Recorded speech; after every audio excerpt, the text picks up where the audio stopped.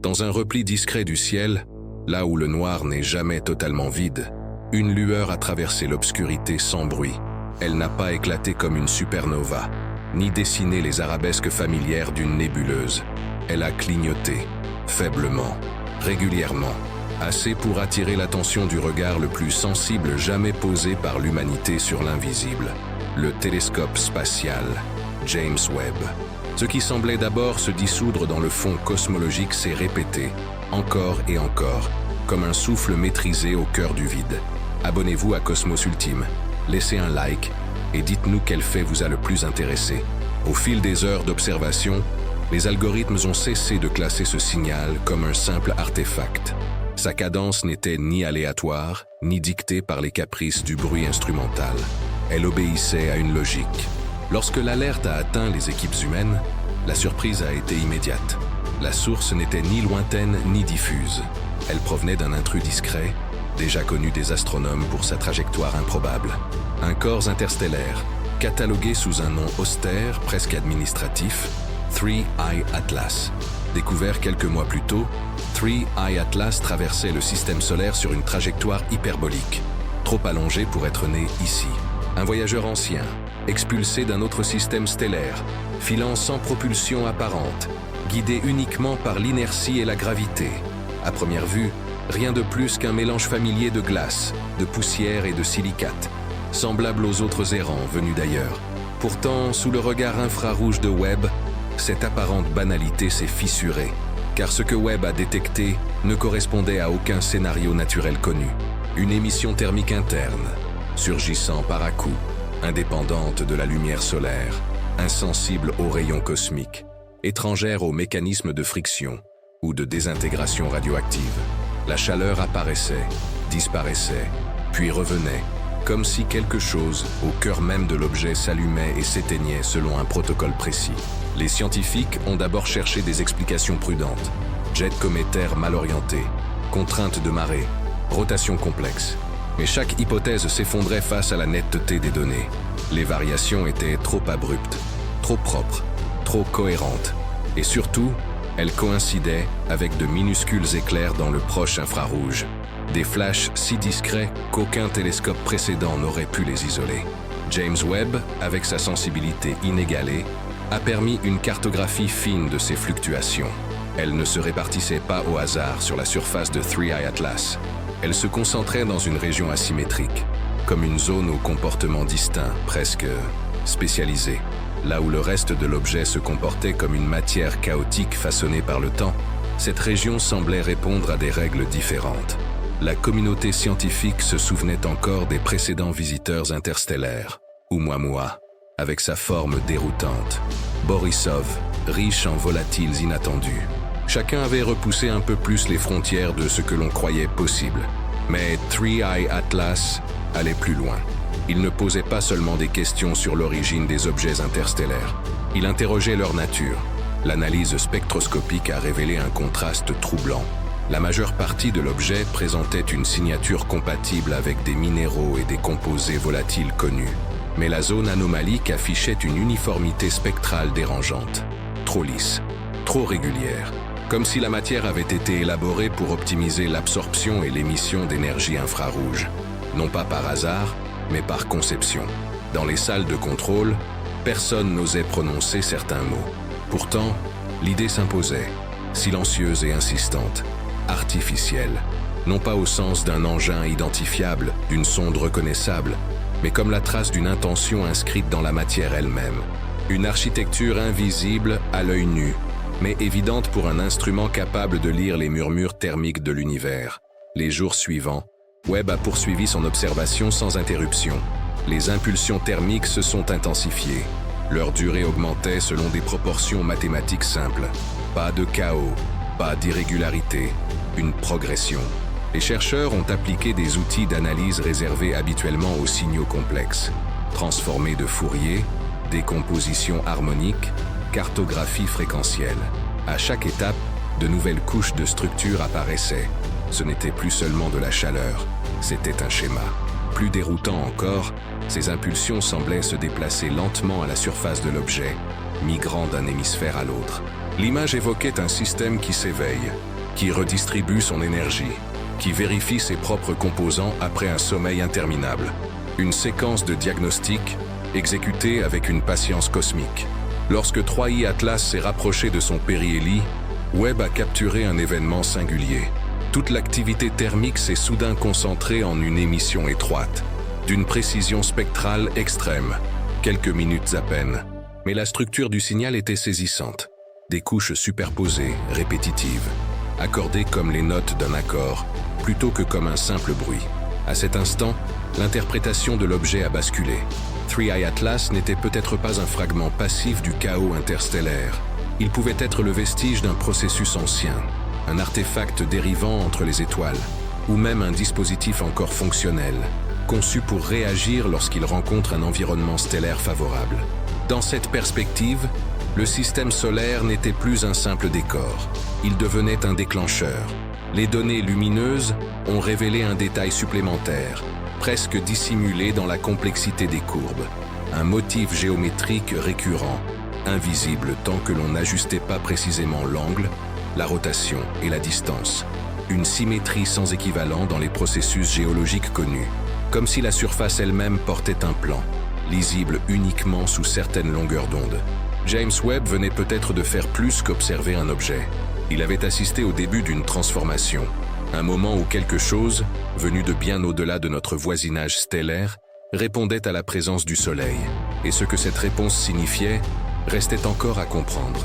Lorsque James Webb a poursuivi son suivi de 3i Atlas sur plusieurs semaines, une certitude s'est imposée. Le phénomène observé n'était ni transitoire ni accidentel. Chaque nouvelle fenêtre d'observation ajoutait une pièce à un puzzle dont la complexité dépassait largement celle d'un simple corps rocheux dérivant entre les étoiles. Ce qui fascinait les chercheurs n'était pas seulement la présence d'une émission thermique interne, mais sa discipline. Une discipline énergétique que la nature, telle que nous la connaissons, n'exhibe presque jamais à cette échelle. Les impulsions de chaleur ne se comportaient pas comme celles d'un objet passif accumulant lentement l'énergie solaire. Elles surgissaient brutalement, atteignaient un seuil précis, puis s'éteignaient sans inertie thermique résiduelle. Un tel comportement contredisait les lois classiques de diffusion de la chaleur dans la glace, la roche ou même les métaux naturels. En astrophysique, l'énergie se dissipe. Ici, elle semblait commutée. Les équipes sont alors comparées ces données à tous les modèles connus de corps interstellaires. Aucune correspondance. Même les comètes les plus actives, chauffées par le Soleil, présentent des signatures progressives, floues, dominées par la sublimation. 3i Atlas, lui, agissait comme s'il disposait d'un système interne isolé de son environnement immédiat, capable de produire de la chaleur sans dépendre directement de l'irradiation externe. Cette anomalie s'est révélée encore plus troublante lorsque Webb a croisé les données thermiques avec le spectre infrarouge proche. Chaque impulsion de chaleur était accompagnée d'un éclat lumineux extrêmement bref, invisible dans les longueurs d'onde optiques, mais parfaitement net dans l'infrarouge. Leur synchronisation atteignait une précision que l'on associe qu'au système régulé, pas au processus chaotique. Grâce à la résolution spatiale de Webb, ces signaux ont pu être localisés avec finesse. Ils ne provenaient pas de toute la surface, mais d'une région bien définie, légèrement décalée par rapport à l'axe de rotation de l'objet. Une zone qui semblait, au fil du temps, modifier subtilement son comportement, comme si elle répondait à un programme d'activation progressif. Les chercheurs ont alors tenté une approche différente. Plutôt que de chercher une explication géologique, ils ont traité les signaux comme on le ferait pour une structure informationnelle. Les impulsions ont été décomposées en fréquences élémentaires. Les harmoniques ont été cartographiées. Et ce qui est apparu a profondément déstabilisé les équipes. Des relations mathématiques simples, répétées, cohérentes, indépendantes de l'angle d'observation. Ces relations rappelaient moins les caprices de la matière que les signatures d'un système conçu pour fonctionner de manière optimale. Une sorte de langage énergétique minimaliste, dépourvu de redondance inutile. La chaleur n'était pas dispersée, elle était dirigée. Au fil des jours, un autre détail a émergé. Les impulsions thermiques ne restaient pas fixes. Elles se déplaçaient lentement le long de la surface, suivant une trajectoire courbe, presque cartographiable. Ce déplacement évoquait une séquence de vérification interne, comme si différentes sections de l'objet étaient activées successivement. Un balayage, une inspection. Ce comportement a pris tout son sens lorsque l'on a comparé la progression des impulsions à la rotation de 3i Atlas. Les signaux semblaient se caler progressivement sur le rythme de l'objet lui-même, jusqu'à entrer dans une synchronisation presque parfaite. Lumière, chaleur et rotation formaient désormais un ensemble coordonné. Un tel couplage dépasse ce que l'on observe dans les processus naturels connus. Même les étoiles pulsantes, régies par des équilibres physiques colossaux, présentent des irrégularités. Ici, la constance dominait, puis est survenu l'événement qui a marqué un tournant. À l'approche de la zone de plus forte interaction avec le rayonnement solaire, l'activité thermique s'est brutalement contractée. Toutes les émissions se sont concentrées dans une bande spectrale extrêmement étroite. L'intensité n'était pas exceptionnelle, mais la pureté du signal, elle, était stupéfiante. L'émission ressemblait à un accord parfaitement ajusté, composé de plusieurs fréquences superposées avec une cohérence quasi parfaite. Aucun matériau naturel connu ne produit spontanément ce type de structure. Ce n'était pas un bruit, c'était une organisation. À partir de cet instant, l'hypothèse d'un simple objet interstellaire a commencé à s'effriter. Les chercheurs ont envisagé que 3i Atlas puisse être un fragment d'un système plus vaste, ou même un dispositif autonome, conçu pour demeurer inerte pendant des durées immenses, puis s'activer brièvement lorsqu'il pénètre dans un environnement stellaire. Dans ce scénario, le Soleil jouait le rôle d'interrupteur cosmique.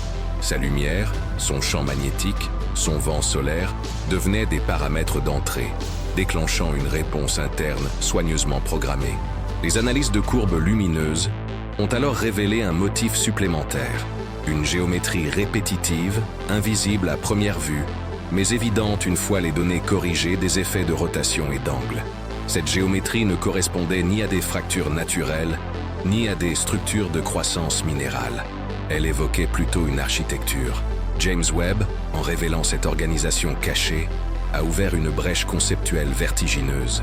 Si 3i Atlas portait en lui des structures intentionnelles, alors l'espace interstellaire n'était peut-être pas seulement un cimetière de débris, mais un corridor parcouru, depuis des âges inconnus, par des objets capables de survivre au vide, au froid et au temps.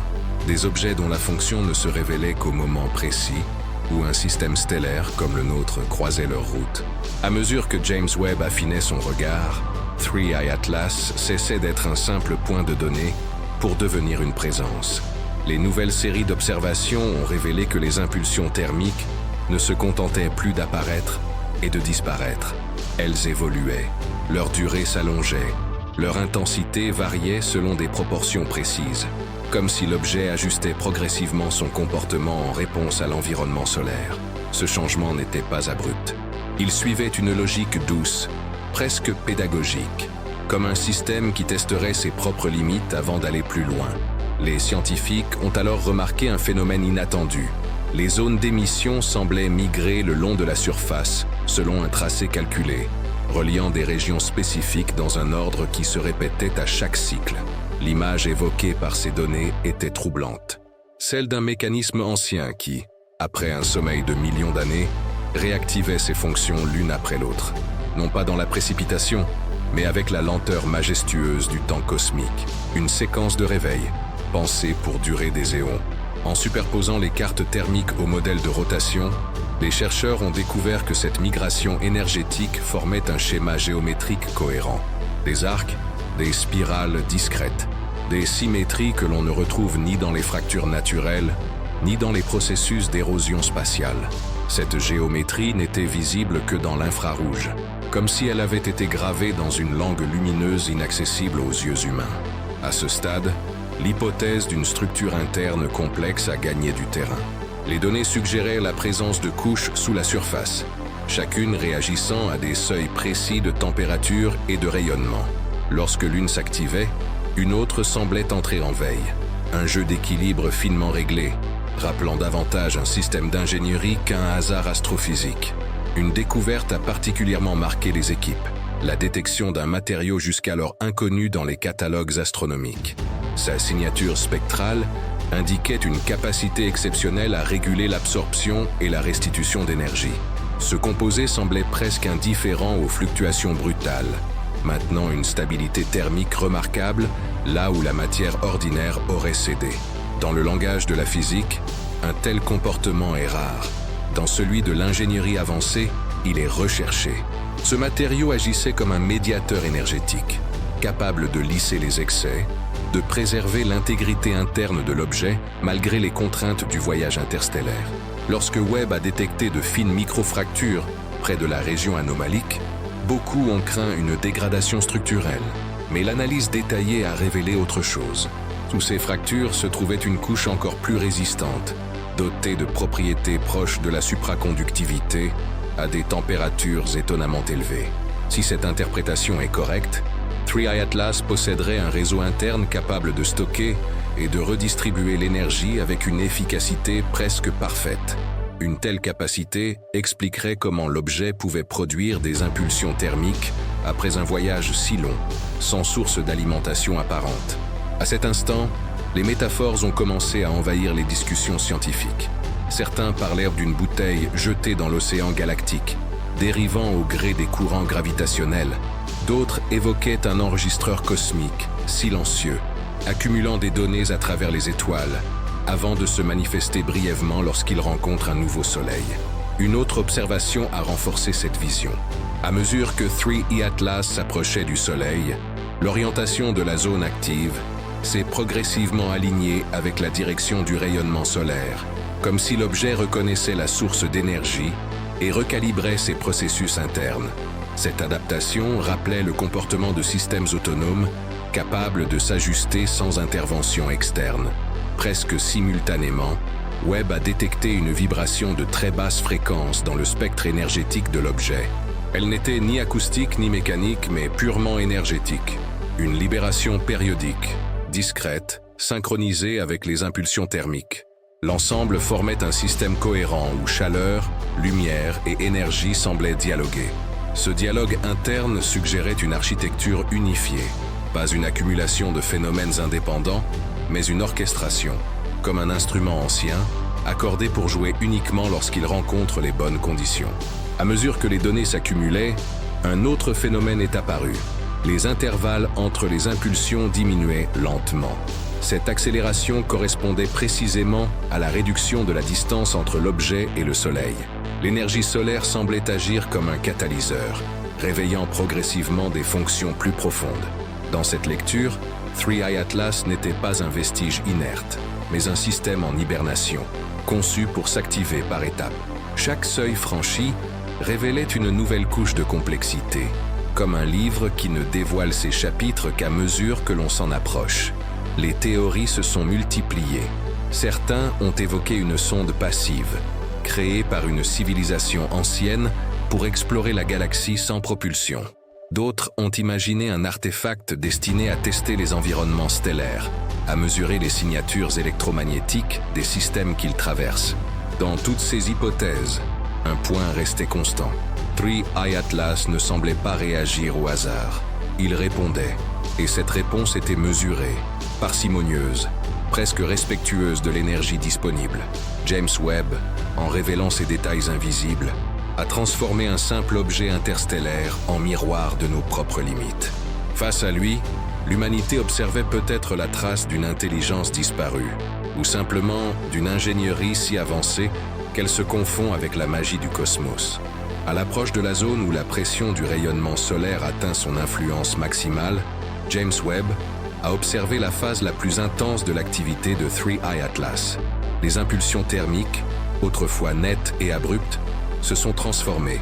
Elles se sont étirées, superposées, tissant des ondes plus longues, plus fluides, comme si le système interne abandonnait un mode de diagnostic pour entrer dans un état d'équilibre durable. Ce changement a surpris les chercheurs. Rien, dans l'environnement externe, n'avait brusquement évolué. L'intensité solaire restait stable. La trajectoire demeurait inchangée. La transition venait de l'intérieur, une décision silencieuse, inscrite dans la matière même de l'objet. Dans cette nouvelle phase, la région anomalique a commencé à s'étendre. Les couches superficielles se sont légèrement rétractées, exposant une structure sous-jacente d'une complexité saisissante. Des canaux fins, réguliers, se sont révélés, organisés en réseaux imbriqués. Ils distribuaient l'énergie avec une uniformité presque parfaite, rappelant des systèmes avancés de circulation thermique. Aucune formation géologique connue ne produit spontanément de tels motifs. Leur régularité évoquait une architecture conçue pour durer, pour s'adapter, pour fonctionner sans entretien à travers des âges, où des étoiles naissent et meurent. Lorsque Webb a observé ces structures sous un nouvel angle, un détail supplémentaire est apparu, une courbure interne, semblable à une ossature discrète, soutenant les couches externes plus flexibles, une forme de squelette cosmique, assurant la stabilité de l'ensemble face aux contraintes thermiques et radiatives. Cette redondance structurelle suggérait une ingénierie pensée non pas pour des siècles, mais pour des millions, peut-être des milliards d'années. Puis est venu l'un des moments les plus déroutants de toute l'observation. Les émissions de l'objet ont commencé à s'accorder subtilement avec les oscillations naturelles de l'héliosphère. Le vent solaire, en interagissant avec les champs magnétiques planétaires, génère des résonances faibles mais mesurables. Contre toute attente, les impulsions de 3I Atlas se sont alignées sur ces fréquences. Ce comportement ressemblait à une mise à l'unisson, comme un instrument qui ajuste sa tonalité à l'acoustique d'une salle. Sauf qu'ici, la salle était le système solaire tout entier. Cette synchronisation suggérait que l'objet ne se contentait pas de subir son environnement. Il le lisait, il s'y adaptait, peut-être même s'y intégrait temporairement avant de reprendre sa route. À mesure que l'activité atteignait son apogée, Webb a détecté de faibles signaux électromagnétiques circulant sous la surface. Ils ne se propageaient pas vers l'espace. Ils restaient confinés, réfléchis, recyclés. Chaque signal précédait une modification physique minuscule, une réorganisation de matière à l'échelle microscopique, un cycle logique, une architecture fonctionnelle. Les couches externes ont alors montré des signes de réarrangement atomique. Des films d'une finesse extrême semblaient migrer, ajustant la réflectivité et l'absorption de la surface avec une précision remarquable. Ce n'était pas une dégradation, c'était une adaptation. Un système capable de remodeler sa propre enveloppe après un voyage interstellaire d'une durée inimaginable défiait toutes les hypothèses sur la longévité technologique. Ici, rien ne semblait laissé au hasard. Chaque transformation obéissait à une logique d'économie et de stabilité. Au cœur de cette activité contrôlée, un élément frappait par son absence. Aucune émission violente, aucun gaspillage d'énergie, aucune interaction dangereuse avec l'environnement.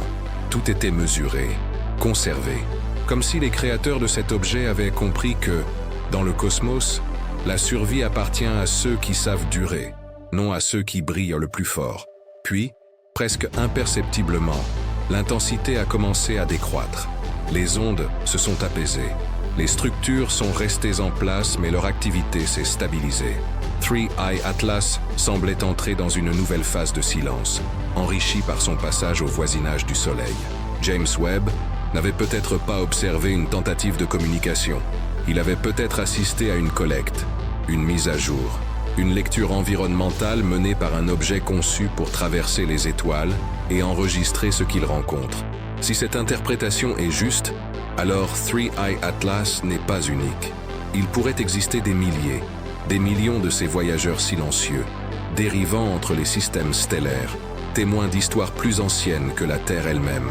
Face à cette possibilité, une question s'impose. Et si l'univers n'était pas seulement un espace de mondes isolés, mais un réseau lent, diffus, d'artefacts anciens reliant les étoiles à travers le temps? James Webb, en révélant l'étrange éveil de 3I Atlas, n'a pas seulement élargi notre compréhension des objets interstellaires, il a fissuré une certitude plus profonde, celle de notre solitude technologique dans le cosmos. Ce visiteur poursuit désormais sa route, emportant avec lui les données de son passage solaire, silencieux, indifférent, et pourtant porteur d'un message implicite: l'univers est plus ancien, plus patient, et peut-être plus intentionnel que nous l'imaginions. Abonnez-vous à Cosmos Ultime, laissez un like et dites-nous quelle découverte vous a le plus surpris.